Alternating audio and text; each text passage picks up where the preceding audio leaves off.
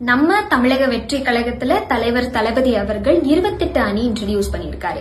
அதுல ஒண்ணுதான் குழந்தைகள் அணி அப்படிங்கிற ஒரு மிகச்சிறந்த அணி. குழந்தைகளுக்கெல்லாம் என்னங்க பிரச்சனை இருக்க போகுது அப்படின்னு நம்ம நினைச்சிட்டு இருப்போம். ஆனா ஒவ்வொரு குழந்தைக்குள்ளேயும் ஒவ்வொரு பிரச்சனை இருக்கு அப்படிங்கறதுதான் உண்மை.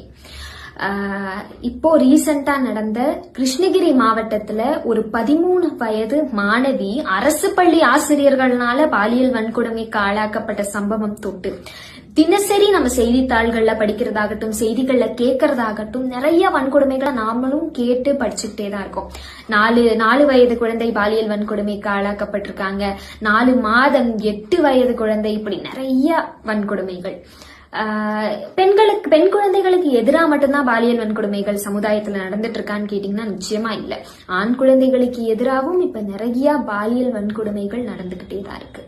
இப்படி குழந்தைகளுக்கு எதிராக இந்த சொசைட்டில நடக்கிற வன்கொடுமைகளுக்கு எதிராக குரல் கொடுக்கிற அணிதான் நம்ம தமிழக வெற்றி கழகத்தோட குழந்தைகள் அணி. அது மட்டும் இல்ல, குழந்தைகளோட ஃபியூச்சர் அப்லிஃப்ட்மெண்ட்காக அவங்க கூட நின்று ஒர்க் பண்ற ஒரு மிகச்சிறந்த அணி தான் தமிழக வெற்றி கழகத்தோட குழந்தைகள்